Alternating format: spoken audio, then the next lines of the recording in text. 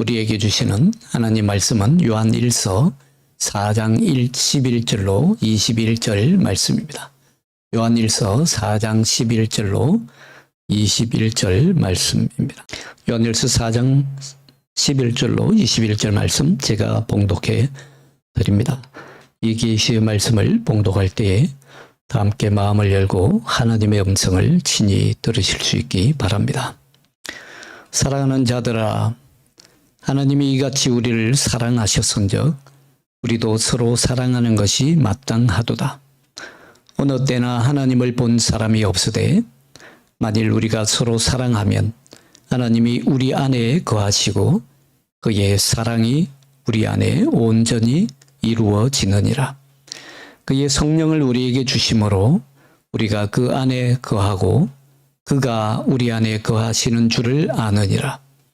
아버지가 아들을 세상의 구주로 보내신 것을 우리가 보았고 또 증언하노니 누구든지 예수를 하나님의 아들이라 시인하면 하나님이 그의 안에 거하시고 그도 하나님 안에 거하시느니라.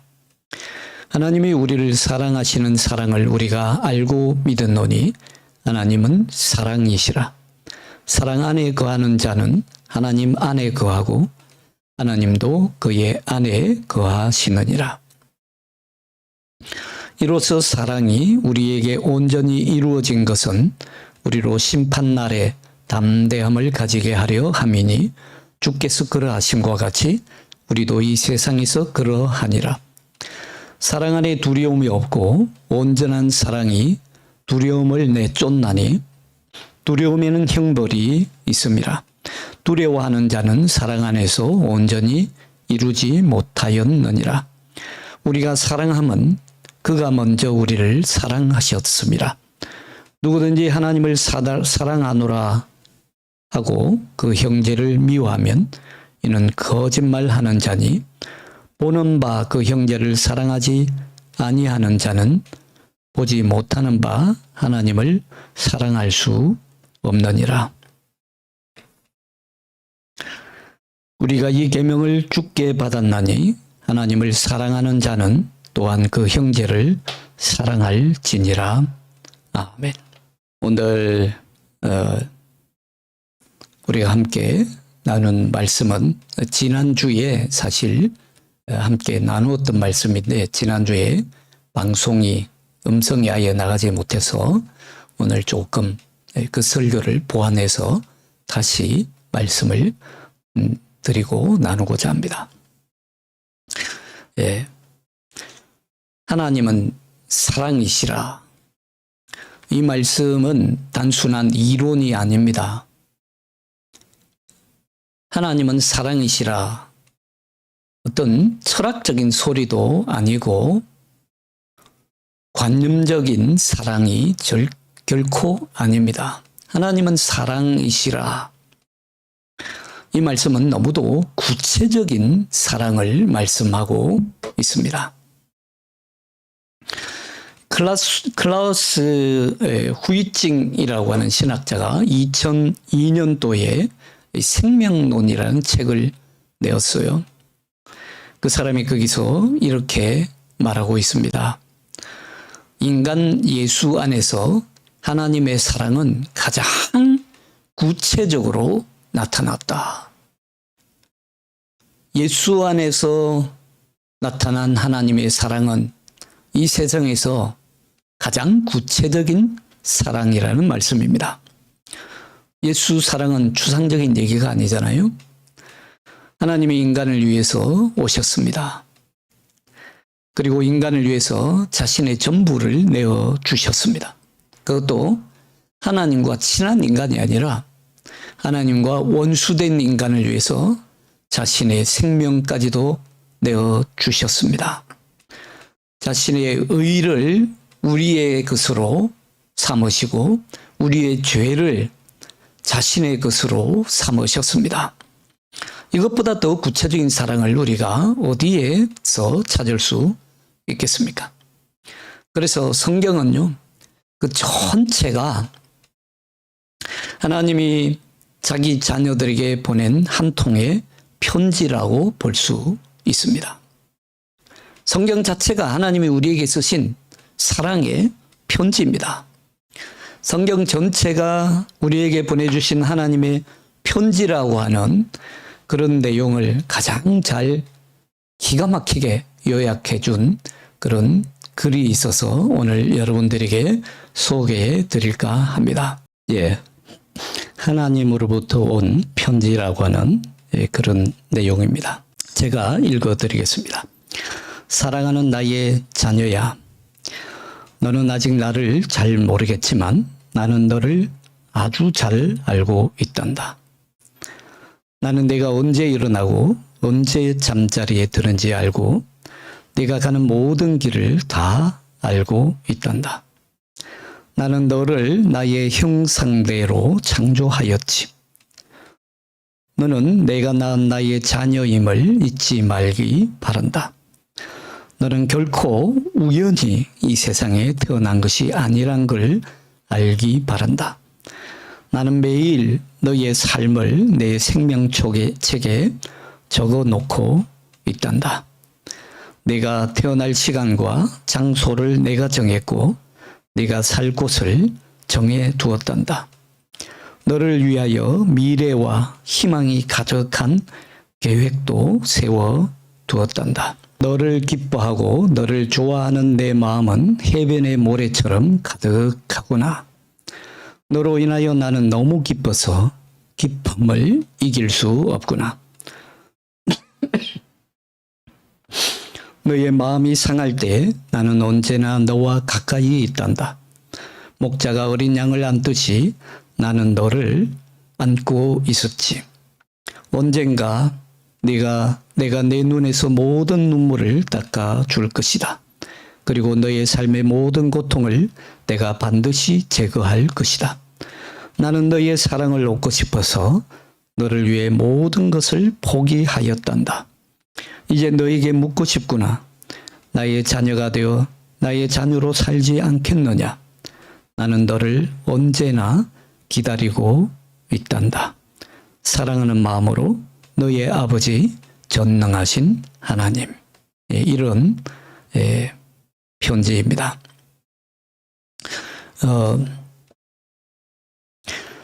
그 편지 내용이 구구절절이가 다 성경책에 근거를 두고 오늘 이 편지를 작성하고 있는 것을 볼 수 있습니다. 성경 전체가 하나님께서 우리에게 주신 편지라고 하는 것을 알 수 있습니다. 하나님의 사랑은 자기 자신을 내어주는 사랑입니다.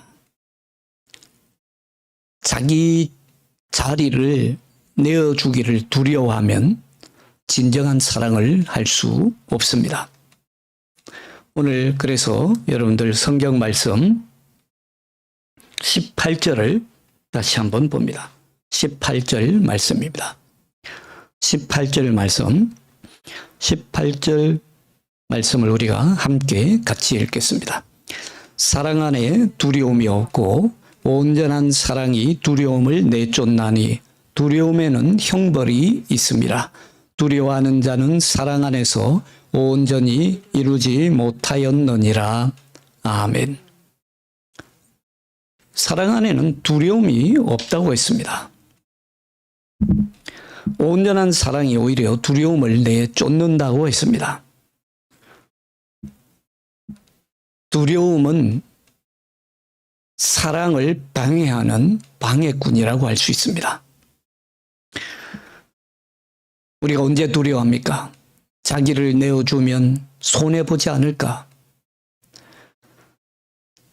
사랑하면 남 좋은 일만 시키는 것 아닐까? 사랑하면 내가 손해보고 나에게 유익이 오는 것이 아니라 나에게 손해가 오는 것 아닐까? 사랑하면 나만 바보 취급받는 것 아닐까? 이런 마음들이 두려워하는 마음입니다. 사랑하면 내 권위가 낮아지지는 않을까? 사랑하면 나의 존재의 가치가 떨어지는 것은 아닐까? 여러분, 이런 마음들은 사랑하는 마음이 아니라 모두 두려워하는 마음입니다. 두려워하는 마음에는 형벌이 있다고 오늘 성경은 말씀하기도 합니다.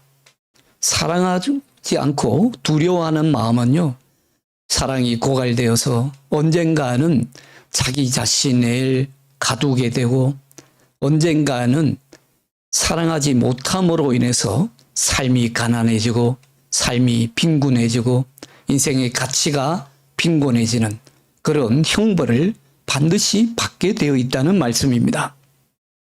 이런 두려운 마음으로는 우리가 하나님 사랑을 이룰 수도 없고요. 두려운 마음으로는 나를 극복할 수도 없고 나를 이겨낼 수도 없고 두려워하는 마음으로는 나를 결코 넘어설 수 없습니다. 옹졸한 나, 편협한 나, 자기만 생각하는 나를 결코 넘어설 수 없습니다. 그래서 오늘 본문 18절에서 우리가 읽은 대로 그렇게 말씀하는 것입니다. 사랑 안에는 두려움이 없다. 온전한 사랑이 두려움을 내쫓는다. 이런 두려워하는 마음을 내쫓을 수 있는 길도요, 사랑하는 길밖에 없다는 말씀입니다. 두려워하는 마음을 몰아내기 위해서 세상의 부를 획득하고 권력을 더 쌓고 내가 가질 수 있는 모든 수단들을 더 많이 가진다고 해서 두려워하는 마음을 내쫓을 수 있는 것이 아니라는 말씀입니다. 두려워하는 마음은요, 두려워하는 마음을 내쫓을 수 있는 것은 사랑하는 마음이라는 것입니다. 물론 아까워하면서 손해보지 않고 살려고 하고 그렇게 애쓰면서 살아도 한평생 살 수 있습니다. 어쩌면 겉으로는 남부러울 것 없이 소위 세상에서 말하는 성공을 이루며 살 수도 있을 것입니다. 그러나 그렇게 사는 한 인간은요, 자기라고 하는 감옥, 자아라고 하는 감옥, 나라고 하는 감옥에 갇혀서 평생을 자기를 넘어설 수 없는 그런 삶을 살 수밖에 없습니다. 예수님은 우리에게 새 생명을 주시기 위해서 오셨습니다. 과거의 나, 불안해하는 나, 두려워하는 나로 살도록 그냥 내버려 두지 않으십니다. 새로운 삶, 새로운 생명을 주시기 위해서 오셨습니다. 부활신앙으로 거듭나고 중생에서 새 삶을 살 수 있는 길을 열어주셨습니다. 그래서 성경은 우리에게 새 생명, 새로운 삶, 거듭나는 삶, 중생의 삶을 가르쳐주고 있습니다. 저는 성경에서 말하는 새 생명, 새로운 삶, 거듭난 삶, 중생의 삶을 한마디로 말해서 자기 자신을 넘어서는 삶이라고 정의 내리고 있습니다. 그렇게 정의 내릴 수 있습니다. 자아를 초월하는 삶이지요. 우리 세상은요, 세상 가치와 세상 윤리는 자아를 회복하는 삶을 가르칩니다.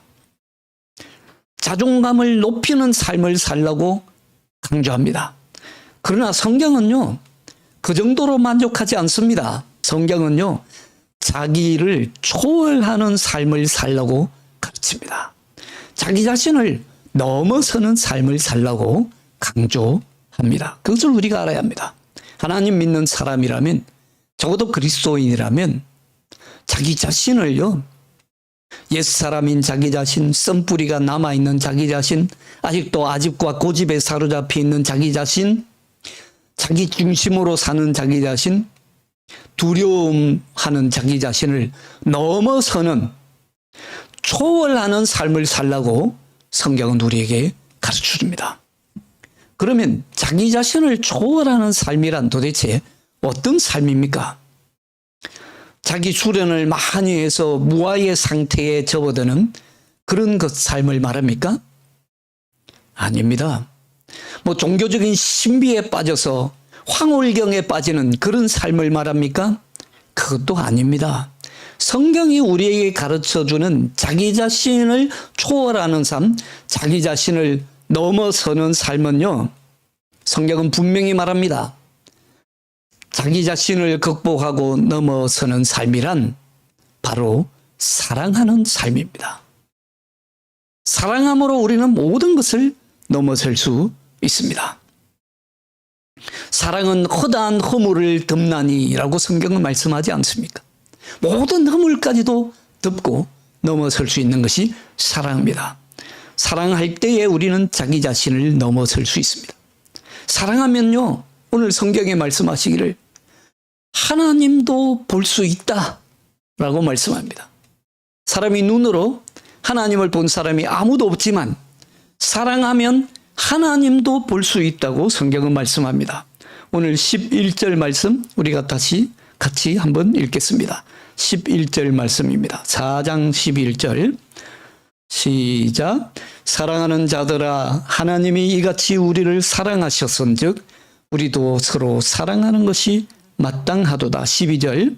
어느 때나 하나님을 본 사람이 없으되 만일 우리가 서로 사랑하면 하나님이 우리 안에 거하시고 그의 사랑이 우리 안에 온전히 이루어지느니라. 아멘. 보십시오. 하나님을 본 사람이 아무도 없지만 만일 우리가 서로 사랑하면 하나님이 우리 안에 거하신다고 말씀하고 있습니다. 사랑하면 아무도 하나님을 보지 못하지만 사랑하면 하나님을 보게 된다는 말씀입니다. 사랑하면 나만 사는 것이 아니라 나 홀로 사는 것이 아니라 사랑하면 하나님이 내 안에 거하신다고 말씀하시기 때문입니다. 그래서 성경은 사랑이 제일이라 말씀합니다. 그 중에 제일은 사랑이라.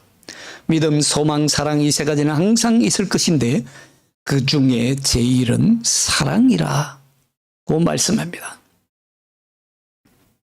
우리 교회에서 유행하고 있는 것은요, 믿음이 제일이라는 생각입니다. 교회 가면 믿어야 된다고 먼저 가르치지요. 믿어야 산다고 가르칩니다. 믿음이 제일이라고 가르칩니다. 그러나 성경은 사랑이 제일이라고 가르쳐 줍니다. 물론 처음에 교회 갔을 때 믿음이 가장 기초이지요. 믿음이 중요하지 않다는 말이 아닙니다. 그런데 성경은 믿음 우선주의를 가르치고 있다는 것이 우리의 착각입니다. 믿어야 살기 때문이지요. 그러나 우리의 믿음은 우리 신앙생활의 출발점입니다. 목표가 아니라는 말씀입니다. 믿음이 우리 신앙생활의 기초로서 아주 중요하기는 합니다. 그렇지만 믿음 그 자체가 우리의 목적이 아니라는 것을 우리는 반드시 기억해야 됩니다. 우리의 목표는요, 믿음을 통해서 사랑으로 나아가는 것입니다. 믿음은 그 자체가 목적이 아니에요. 믿음은 사랑을 목표로 합니다. 또한 사랑은 믿음을 전제로 합니다. 그래서 믿음과 사랑은 뗄래야 뗄 수 없는 관계가 있죠. 말하자면 사랑은 믿음의 열매인 것입니다. 열매 맺는 나무가 아무리 뿌리가 튼튼하고 나무가 그래서 아무리 무성하게 자란다고 한들 열매가 없으면 그 나무가 무슨 소용이 있습니까? 열매가 없다면 헛일입니다. 그래서 예수님도 과실을 맺지 못하는 무화과 나무를 보시고 그 무화과 나무를 저주하시면서 찍어버리라고 말씀하신 적이 있습니다. 그러니 믿음의 열매인 사랑이 제일이라고 성경은 우리에게 말씀하고 있습니다. 오늘 본문은 하나님은 사랑이시라 라고 하나님의 본질을 먼저 말씀해 주고 있습니다. 그리고 하나님의 본질을 단순히 이론적으로 가르쳐 주고 있는 것이 아닙니다.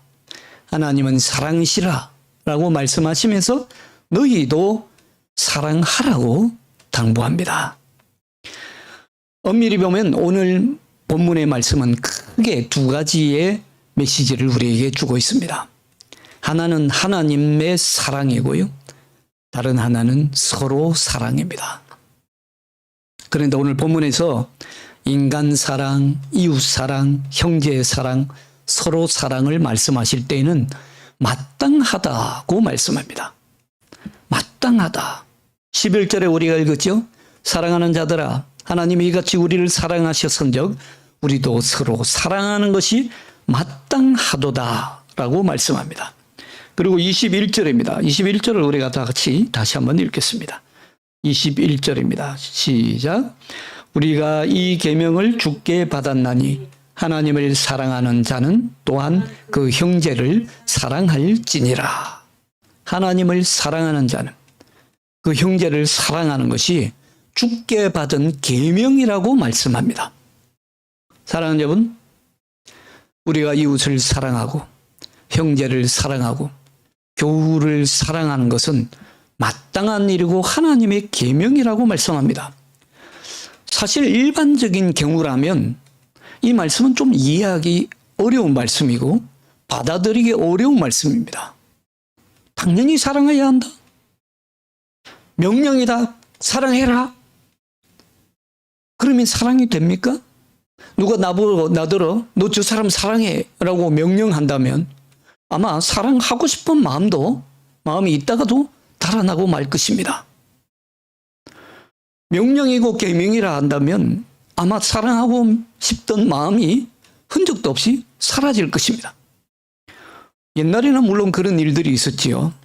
조선시대에는 가문끼리 연을 맺어서 집안끼리 혼인의 약속을 하고 부모들이 누구랑 결혼할지 짝을 정해줍니다. 그러면 그냥 결혼해야 합니다. 평생을 서방님 한 사람만 바라보고 살아야 합니다. 물론 운이 좋아서 좋은 서방님을 만날 수도 있을 것입니다. 그러나 대부분의 경우 그 경우에는 사랑이라기보다는 그저 운명으로 알고 살았던 것이지요. 그걸 진정한 사랑이라고 보기는 쉽지 않을 것입니다. 그래도 자식 낳고 잘 살았지 라고 말한다면 그저 운명으로 알고 살았던 것이지요. 생존 본능을 이어갔던 것일 뿐일 수 있습니다. 엄밀한 의미에서 사랑이라고 하는 것은 명령할 수 없는 것입니다. 그러나 오늘 성경 말씀은 마땅히 사랑해야 된다. 이것은 너에게 주는 계명이다. 사랑하는 계명을 받았다라고 말씀합니다. 왜 이리 마땅한 것입니까? 도대체 어떻게 된 것이기에 우리에게 사랑하라고 계명을 주시는 것입니까?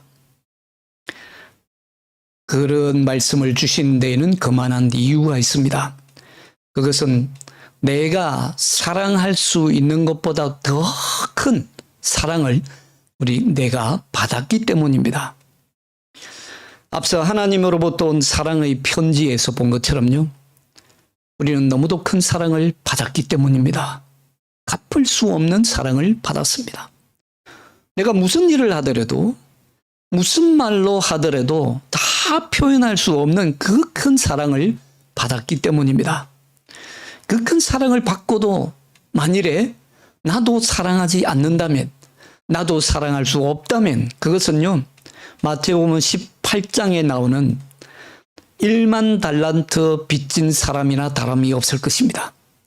마태복음 18장에 보면 1만 달란트 빚진 사람이 그 어마어마한 빚을 다 탕감받아 놓고도 자신에게 100데나리온 빚진 동료를 빚 안 갚는다고 옥에 가두어 버립니다. 무자비한 인간입니다. 만약에 우리가 이 하나님의 놀라운 사랑을 받고도 사랑할 수 없다면 이 1만 달란트 빚진 사람이나 다름이 없다는 말씀입니다. 여러분, 한 달란트와 한 데나리온의 화폐 가치는요, 비교도 할 수 없을 정도로 큽니다. 차원이 다릅니다. 한 달란트는요, 5천 데나리온에 해당됩니다. 한 달란트가 5천 데나리온입니다. 그런데 이 사람은 1만 달란트를 탕감받았습니다. 그런데 자기 동료가 100데나리온 빚졌는데 그걸 갚지 않는다고 옥에 가둬버립니다. 비율로 계산하면요, 5천만 대 100입니다. 5천만 대 100이라고 하는 그런 비율입니다. 그 큰 사랑을 받았습니다. 1만 달란트 빚진 사람이 다 탕감을 받았으니 마땅히 사랑해야 하지 않겠습니까? 그 큰 사랑을 받았으니 하나님이 이제 사랑하라는 계명을 주셔도 그것은 더 이상 무거운 명령이 아닙니다. 이제 너도 사랑해라. 그것이 어떻게, 그 계명이 어떻게 명령입니까? 무거운 짐입니까? 마땅히 사랑해야 된다라고 말해도 너무도 마땅한 말이 될 것입니다. 여러분, 이제 너도 사랑해야 된다. 마땅히 사랑해야 된다. 이 사랑하라는 계명을 우리가 받았다라고 하는 이 말씀은요, 그 계명 자체가 무거운 명령이 아니라 하나님의 놀라운 은혜입니다. 왜냐하면 전에는 사랑할 수 없었던 우리를 이제는 사랑할 수 있는 자유를 주신 것이잖아요.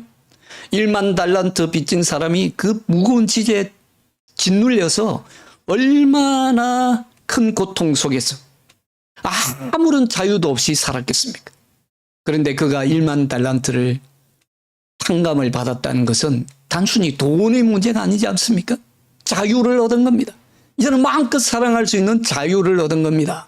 그런데 그는 그 큰 사랑할 수 있는 자유를 얻어놓고도 여전히 사랑할 수 없고 여전히 자기라고 하는 감옥에 갇혀 있습니다. 노예로 삽니다. 돈의 노예로 살고 있는 것입니다. 이제는 너도 사랑할 수 있다라고 하는 자유의 은혜를 받았는데 사랑할 수 있는 자유를 얻은 것입니다. 그런데 그 계명을 은혜로 알지 못합니다.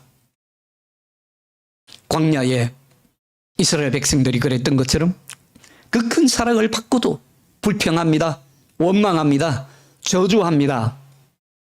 오늘날 현대인들이요, 십계명을 읽으면 대부분이 그런 반응을 한다고 합니다. 하나님은 왜 이렇게 고리타분하게 옛날 방식으로 이런 십계명을 만들어가지고 우리를 이렇게 무겁게 하고 우리에게 이렇게 무거운 짐을 지우고 심리적인 부담을 주시나?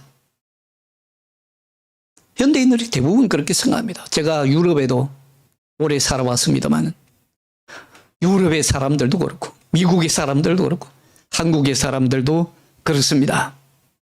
왜 이렇게 고리타분한 계명으로 우리를 불편하게 하는지 모르겠다. 꼭 교회 가야 되나? 교회 가서 이런 말씀 들어야 되나? 그런 말들을 합니다마는 1만 달란트를 탕감받은 그 종이나 뭐가 다릅니까? 여러분, 그 큰 사랑을 받고도 사랑을 모릅니다. 사랑할 자유를 얻었음에도 불구하고 불평하고 원망하고 투덜거리는 광야의 이스라엘 백성들과 뭐가 다를 바가 있습니까? 마땅히 사랑해야 합니다. 무거운 명령이 아닙니다. 때를 얻든지 못 얻든지 사랑할 수 있어야 합니다. 형편이나 환경이 되든지 안 되든지 사랑할 수 있어야 합니다. 그러면 우리가 어떻게 사랑해야 합니까? 오늘 본문 말씀은요, 우리가 어떻게 사랑해야 되는지 그 사랑의 비결을 우리에게 가르쳐 줍니다. 놀라운 방식으로 가르쳐 줍니다. 한마디로 말씀드리자면 하나님의 본질처럼 사랑하라 라고 오늘 성경은 우리에게 말씀하고 있습니다. 하나님의 본질은 사랑이라고 이미 말씀드렸습니다. 하나님은 왜 본질이 사랑일까요? 하나님은 사랑하신다가 아니라 하나님은 사랑이다라고 말씀하고 있습니다. 그렇게 말씀할 수 있는 이유는 우리 하나님은 삼위일체의 하나님이시기 때문입니다. 성부, 성자, 성령께서요, 사랑으로 온전한 하나를 이루시기 때문입니다. 그러니 너희도 사랑으로 하나 되어라고 말씀하고 있습니다. 어떻게 하나가 될 수 있습니까? 하나가 되기 위해서는 자기의 자신의 자리를 상대방에게 내어줄 수 있어야 됩니다. 자기의 자리를 내 것이라고 고집하지 않고 나의 사랑하는 아내에게 자리를 내어주고 나의 사랑하는 자녀들에게 내 자리도 내어주고 아버지의 자리라고 권위만 내세우는 것이 아니라 자식에게 내 자리도 양보해서 내어주고 그리고 교회 가면 교우들에게 내 자리도 내어주고 양보하고 내 주장이 아무리 옳다고 하더라도 내 주장조차도 양보하고 내어줄 수 있고, 나만 생각하면 결코 하나를 이룰 수 없습니다. 자기의 자리를 내어줄 수 있을 때에 우리는 서로 사랑함으로 하나 될 수 있습니다. 오늘 본문 11절부터 15절에 보면요, 성부, 성자, 성령 하나님이 모두 한꺼번에 등장합니다. 성경에 성부, 성자, 성령 하나님이 한 번에 이렇게 등장하는 장은 그렇게 흔치 않습니다. 11절로 15절을 우리 같이 한번 읽겠습니다. 다 같이 읽겠습니다. 11절로 15절 말씀입니다. 시작. 사랑하는 자들아, 하나님이 이같이 우리를 사랑하셨은즉 우리도 서로 사랑하는 것이 마땅하도다. 어느 때나 하나님을 본 사람이 없으되 만일 우리가 서로 사랑하면 하나님이 우리 안에 거하시고 그의 사랑이 우리 안에 온전히 이루어지느니라. 그의 성령을 우리에게 주심으로 우리가 그 안에 거하고 그가 우리 안에 거하시는 줄을 아느니라. 아버지가 아들을 세상의 구주로 보내신 것을 우리가 보았고 또 증언하노니 누구든지 예수를 하나님의 아들이라 시인하면 하나님이 그의 안에 거하시고 그도 하나님 안에 거하느니라. 아멘. 보십시오. 11절에 하나님 나오죠? 13절에 성령이 나오죠? 그리고 15절에 예수 그리스도가 나옵니다. 사랑을 얘기하면서 왜 성부, 성자, 성령, 하나님 이 세 분이 다 등장합니까? 우리 하나님은 성부, 성자, 성령의 하나님으로 역사하시기 때문입니다. 사랑의 역사를 이루어갑니다. 성부, 성자, 성령 하나님이 사랑으로 하나가 됩니다. 오늘 본문에는 보면 특히 안에 거한다라는 말씀이 자주 나옵니다.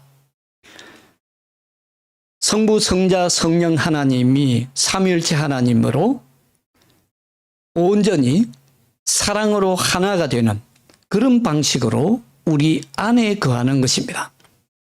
사랑하면 하나님이 우리 안에 가고 우리도 하나님 안에 갑니다. 그것은 성부, 성자 하나님이 성령 안에서 사랑으로 아버지가 아들 안에 아버지 안에 거하는 것과 똑같은 비결입니다. 성부, 성자, 성령 하나님이 어떻게 하나를 이룹니까? 이를 가리켜서 신학적인 전문 용어로 상호 내주 또는 상호 침투라고 말합니다.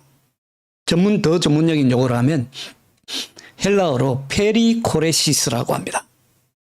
하나님은 성령의 사랑을 통해서 예수님 안에 거하시고 예수님은 성령의 사랑을 통해서 또 하나님 안에 거합니다. 어떻게 상호 내주할 수 있습니까? 아버지가 자기 안에 아들을 위해서 자기의 자리를 비워주기 때문이죠. 그리고 아들은 자기 안에 아버지를 위한 자리를 내어줍니다. 아들은 아버지의 뜻에 순종함으로 자기 안에 아버지의 자리를 마련해 드리고 아들은 또 자기의 자리를 비워서 아들이 자기 안에 거할 수 있는 자리를 내어줍니다. 이것을 가리켜서 페리코레시스라고 합니다. 제가 그림 자료를 하나 가져왔는데 오늘 보여드립니다. 이 그림입니다. 페리코레시스. 삼위일체 하나님을 표시한 그림인데요. 일반적으로는 오른쪽 맨 아래에 있는 그림처럼 성부, 성자, 성령을 이렇게 표시합니다. 서방 교회에서 주로 이렇게 성부, 성자, 성령을 그림으로 나타냅니다. 그러나 동방 교회에서는 왼쪽에 있는 그림처럼 삼위일체 하나님을 표현합니다. 성부, 성자, 성령이 서로 손을 맞잡고요. 춤을 추듯이 서로 돌아가면서 춤을 추면서 서로 돌아가니까 아버지는 아들에게 자신의 자리를 내어주고 또 아들은 아버지에게 자신의 자리를 내어주는 이런 방식으로 하나를 이루고 상호 내주하고 상호 침투하는 것입니다. 그것을 더 형상화한 그림이 오른쪽 위쪽에 있는 페리코레시스 삼위일체 하나님의 형상화된 그림입니다. 사실 삼일체 하나님을 표현하는 데는 이렇게 페리코레시스로 표현하는 것이 훨씬 더 적절한 것을 우리가 알 수 있습니다. 사랑은 서로에게 자신의 자리를 내어주는 것입니다. 그것이 사랑입니다. 사랑은 기꺼이 자신의 자리를 양보함으로 서로 하나를 이루는 것이 사랑입니다. 여러분들, 우리 가정에 하나님의 살롬이 임하려면요, 서로에게 자신의 자리를 내어줘야 됩니다. 직장에서도 마찬가지고 학교 친구들 사이에서도 마찬가지입니다. 이것이 바로 하나님의 사랑의 본질입니다. 이렇게 우리도 사랑하라고 오늘 성경은 말씀합니다. 사랑하면 하나님이 내 안에 거하십니다. 여러분, 이 기쁨을 꼭 맛보시기 바랍니다. 하나님이 내 안에 살아있구나. 그건요, 믿음만으로는 사실 부족합니다. 믿음은 우리가 하나님이 살아계시다고 하는 확신은 가질 수 있습니다. 그러나 그보다 더 하나님이 내 안에 정말로 내주하시고 거주하시는구나 하는 것을 볼 수 있기 위해서는요, 사랑해야 합니다. 사랑할 때에 하나님이 내 안에 진짜 살아계시는구나 하는 그 생동감을 느낄 수 있습니다. 죽은 자의 하나님이 아니요 산 자의 하나님임을 확실하게 체험할 수 있는 것이 바로 사랑할 때입니다.